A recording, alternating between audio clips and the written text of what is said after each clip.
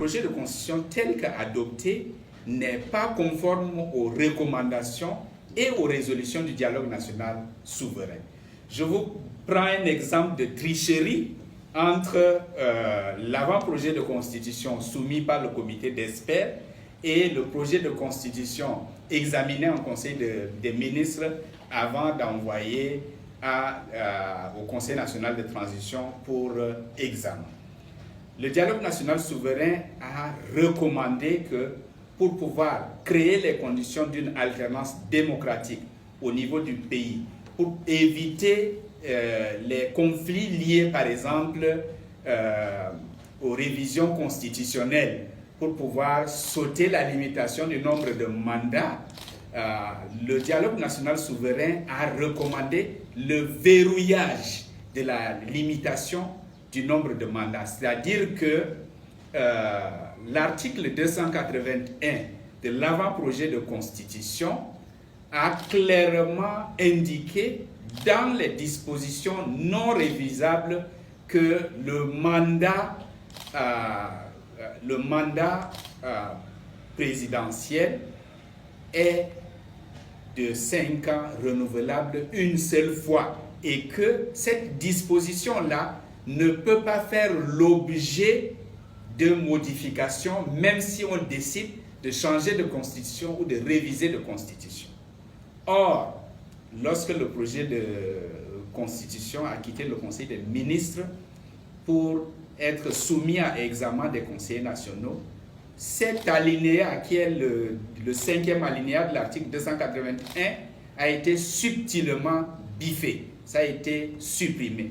Et donc ça, c'est une atteinte grave à la volonté qui a été exprimée et actée dans une résolution comme quoi cette disposition ne doit pas être révisée.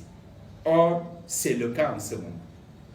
Et donc, déjà, le projet de constitution, tel que présenté et adopté, est conçu pour pouvoir prendre en compte un certain nombre de préoccupations liées simplement au maintien au pouvoir de ceux qui sont en place.